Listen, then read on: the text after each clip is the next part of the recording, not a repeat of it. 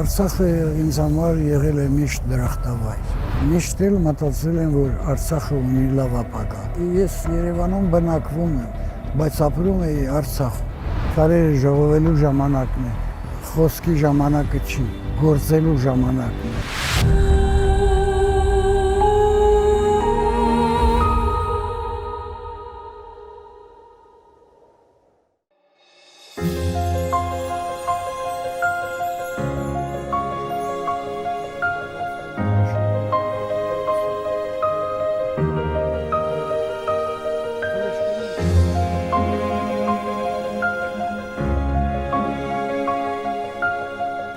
Պարոն Մարտիրոսյան, ծնվել եք Սյունիքում, բայց ձեզ բոլորը որպես արցախցի են ճանաչում, քանի որ կյանքի մեծ մասն անց եք կացրել Արցախում։ Ինչպես կնկարագրեք Արցախում ապրած տարիները։ Ամբողջ գիտակցական կյանքս փաստորեն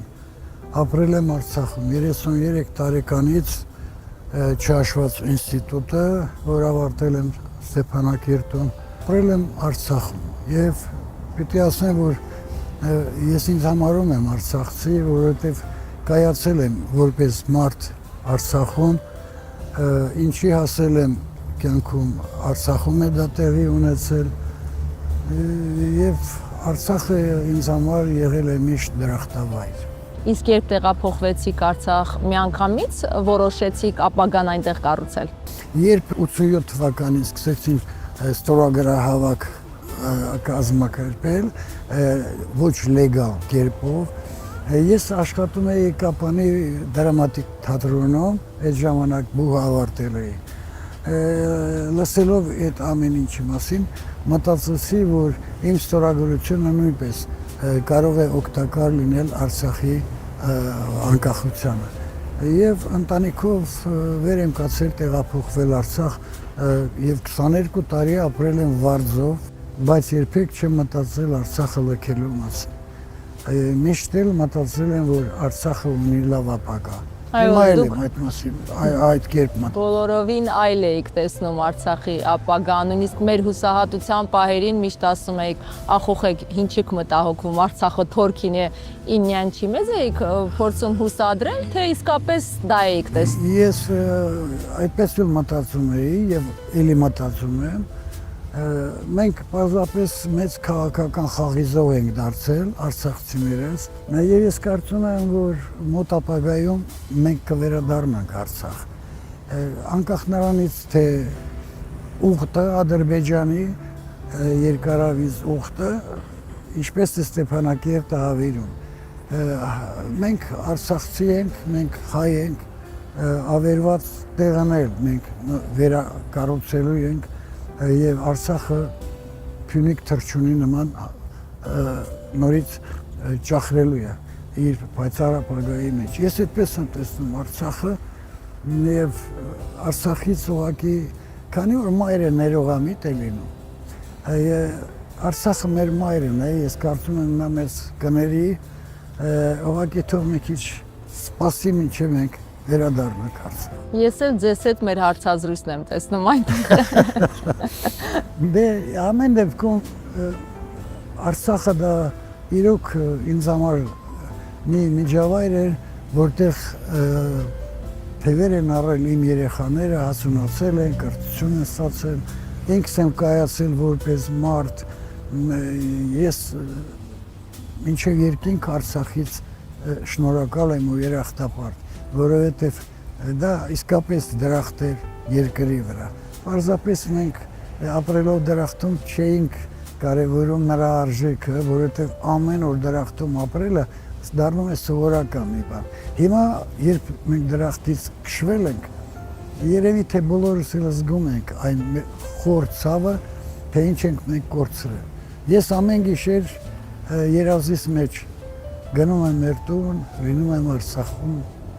շրջում եմ ծանոթ տեղերում, հետո արթնանում եմ ու սրտի ցավից դուրս եմ գալիս փողոց, նստում եմ ծխում։ Այն որ Արցախը ձեզ շատ բան է տվել, քիչ առաջ նշեցիք, իսկ ինչ է վերցրել ձեզանից։ Իմ գիտակցական կյանքի տարիները։ Ես չի ասի, թե ինքը ինձանից վերցրել է, ավելի շատ ինքն է ինձ տվել։ ուղղակի գիտակցական կյանքից լավագույն տարիները ապրել եմ Արցախում։ Եվ չնայած 22 տարի վարձով եմ ապրել քաղաքի տարբեր թաղամասերում, բայց երբևէ դրա համար չեմ ափսոս, որովհետև Արցախում յուրաքանչյուր թուփը, աղբյուրը, ձորակը, ջուրը, օդը դա մի ուրիշ բան է։ Դա այստեղ մարդիկ ժենգյալով հաց են թխում։ Ես թխողին ասում եմ, բայց սրա համը Արցախի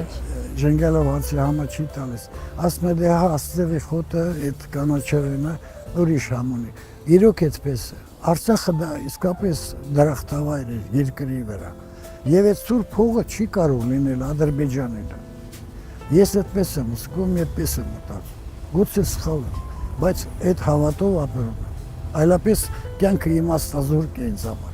Այստեղ ես ֆիզիկապես գոյություն եմ ունենում, չեմ ապրում։ Երբ ինձ հարցրեցին, որտեղ եք ապրում Երևանի, որ մասում եմ, ասեցի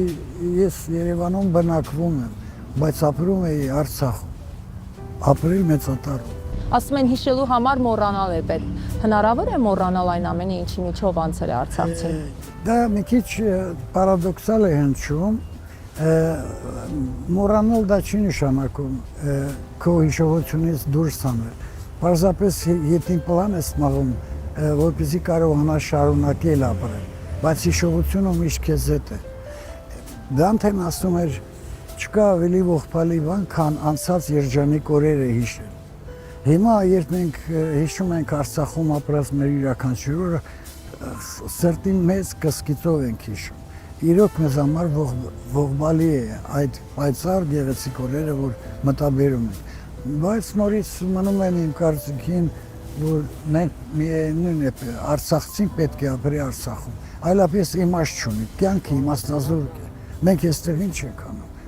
Սա Հայաստանն է, մեր հայրենիքն է, հայերի հայրենիքն է, բայց Արցախը մեր բնորանն է։ Սոս Սարգսյանի հետ երբ հարցազրույց արեցին, մի առիթով ինքը ասեց,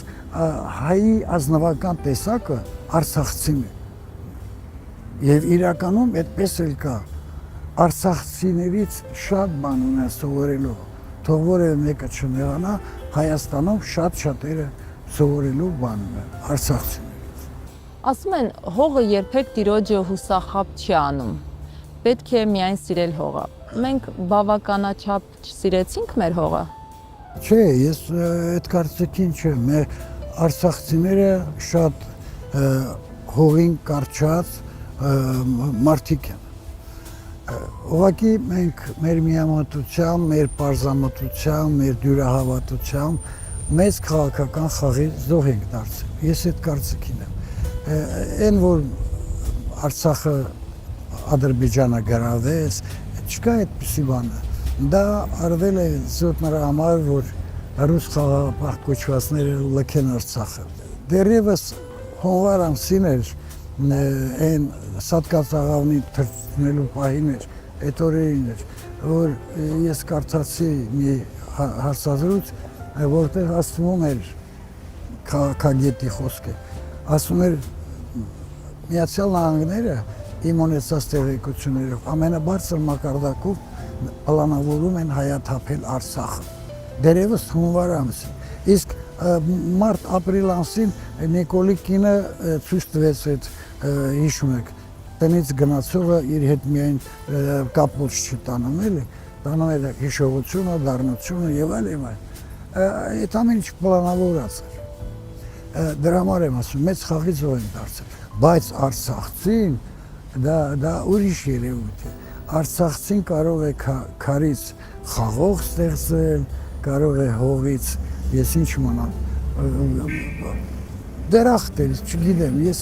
բառ չեմ գտնում բնորոշելու Ղարաբաղում ապրած հայերի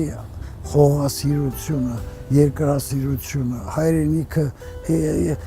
զգալ յուրաքանչյուր բջիջով։ Այդ դուք նշում եք, որ Արցախը դրախտ էր, բայց շատերն էլ այն կարծիքին են, որ այդ դրախտը ծախեցին։ Ես էլ եմ այդ կարծիքին եւ ապշում եմ այն մարդկանց գիտակցության վրա, որոնք մտածում էին դրախտը վաճառենք, դրախտը տանք, որպեսզի լավ ապրենք։ Դրախտից դուրս ինչպես կարող է մարդը լավ ապրել։ Դրախտը ծախել են, հիմա անգել են քուչեքը, դիտավորյալ այդ բառը այդպես եմ ասում, ապագայի հետ հույսեր փայփայելով եւ Ադրբեջանից մորալով խաղաղություն, իբրև թե լավ պետք է ապրենք։ Չէ, լավ դու կարող ես ապրել, երբ Արցախը հայ է, հայկական էր։ Այդ ժամանակ դու քեզ լավ էիր զգում եւ ապրում էիր խաղաղ կյանքով։ Հիմա չկա այդ խաղաղություն կոչված խաչմերուկը եւ այլն, չկա։ Չի կարա լինի։ Այնպես որ մանիպուլյացիաներով գոյատևում են եւ մարդկանց են այդպես պահում, Ղարաբաղերեն բարկա, գյուլի կապ են անում։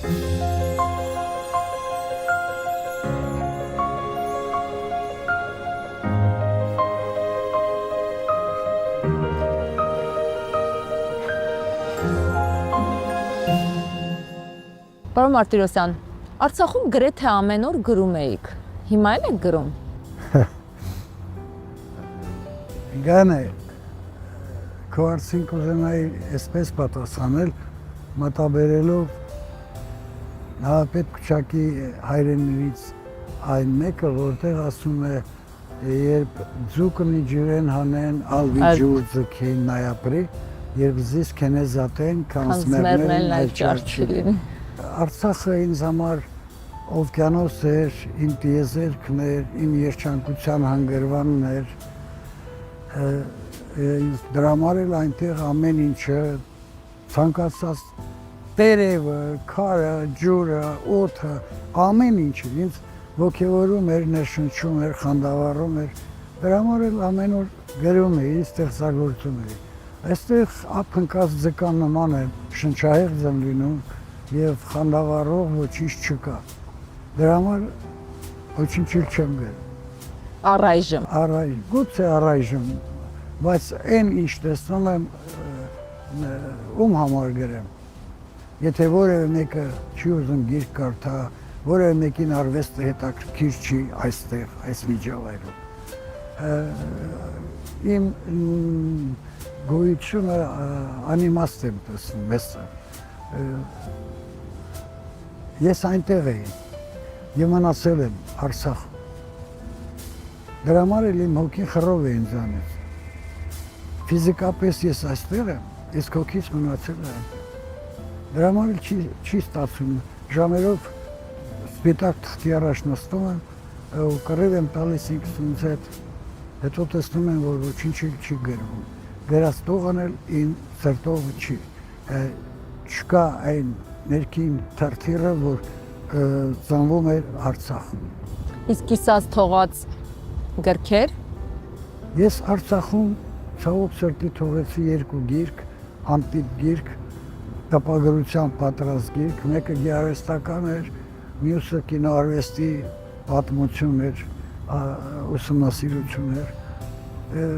Չգիտեմ, ես չկարողացա կենտրոնանալ, որ գոնե դրանք հետս վերցնեմ։ Ժամերով գալիս կանգնում էի գրապահարանի առաջ, նայում եմ, դրանք իմ աչքի առաջ են, բայց ես չէի տեսնում, չէի ֆայմում, որ դրանք պետք է վերցնել։ Հետո արդեն երբ Հակարի կամուրջը անցել էինք, այդ ժամանակ հիշեցի, որ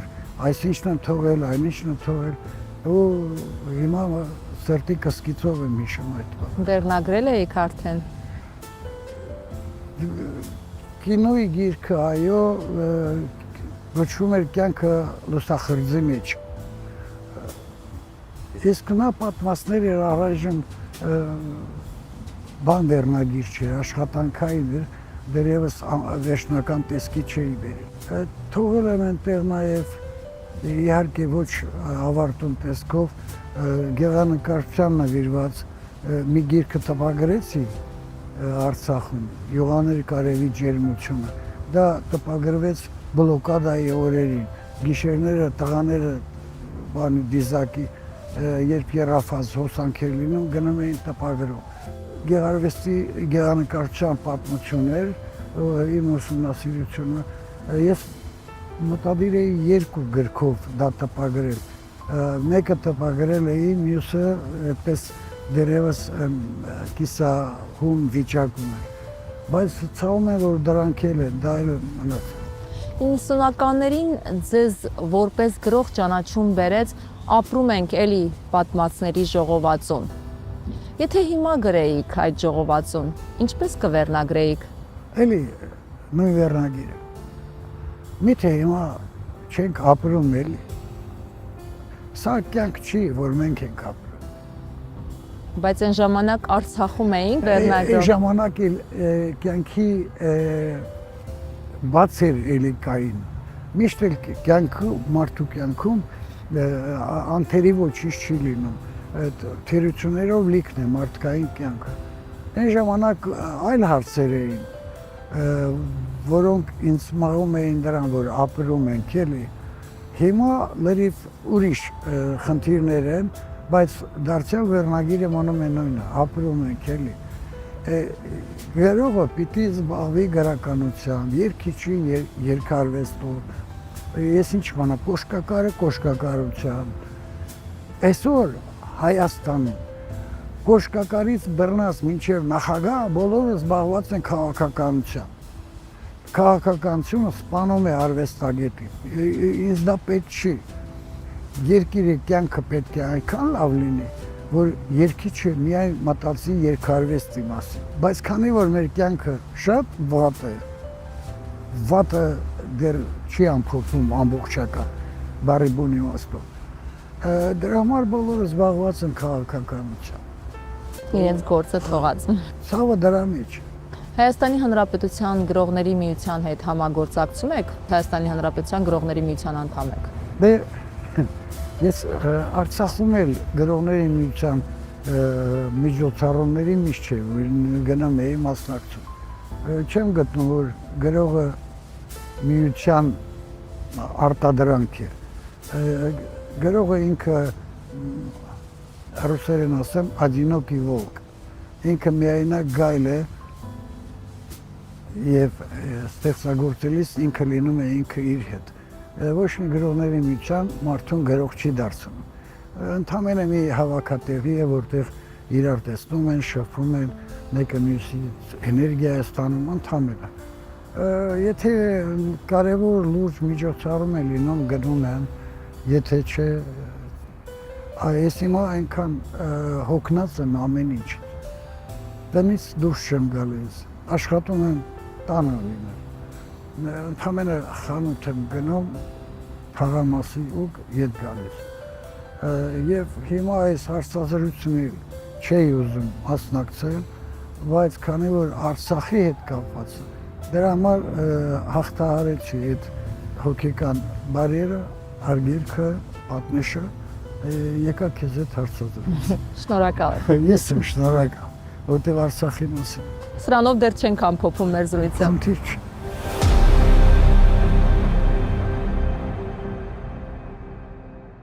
Տարին հոբելյանական է ձեզ համար։ Գիտեմ, միշտ խուսափել եք տարիքը նշելուց։ Հիմա էլ չեմ ստիպի ասել։ Արցախում միշտ ասում եք, որ ձեզ չի մտահոգում ձեր տարիքը, որովհետև երջանիկ եք, ձեզ երիտասարդ եք զգում։ Հիմա նույնն է զգացողությունը։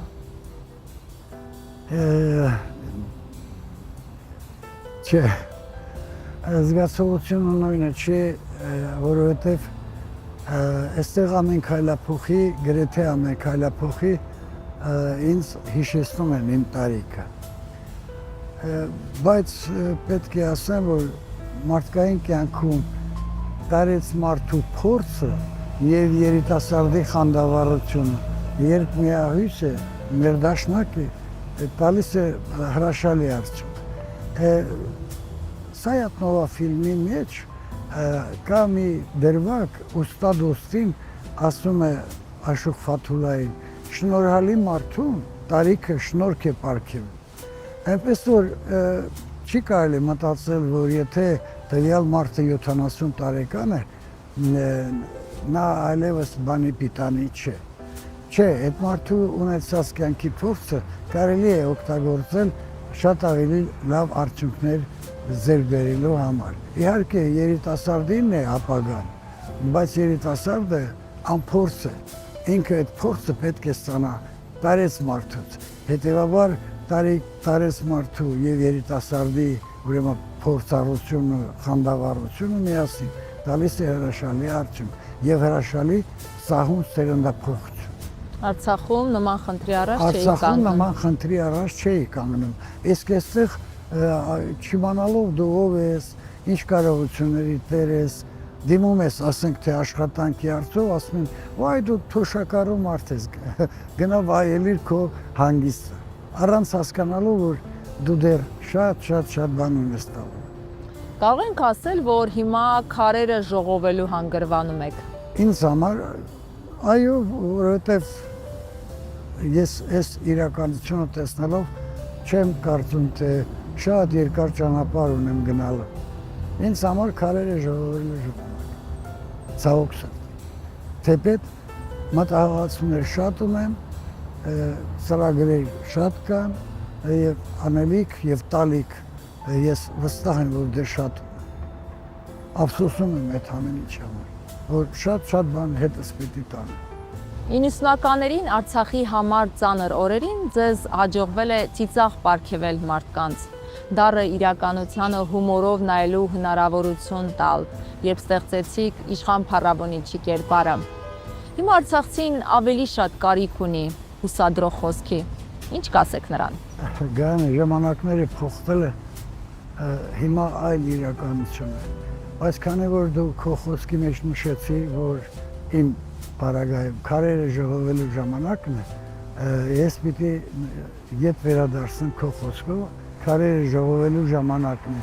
խոսքի ժամանակը չի, գործելու ժամանակն է։ Եվ արցախցիներին ես պիտի ասեմ, որ իմ լուսահոգի մայրը ասում էր, հույսը մեռնում է ամենավերջում, մարդու հետ է մահանում հույսը։ Այնպես որ արցախցիները երբեք հույսը թող չկորցնեն, մենք անպայման մի օր վերադառնալու ենք Արցախ։ Իսկ խոսքով սփոփելը հիմա չի անցնում, որովհետև այլ իրականություն է։ Հիմա եկել է գործելու ժամանակը։ Միասնաբար պետք է լինեն արցախցիները եւ ունենան մի գերխնդիր՝ Արցախ վերադառնում։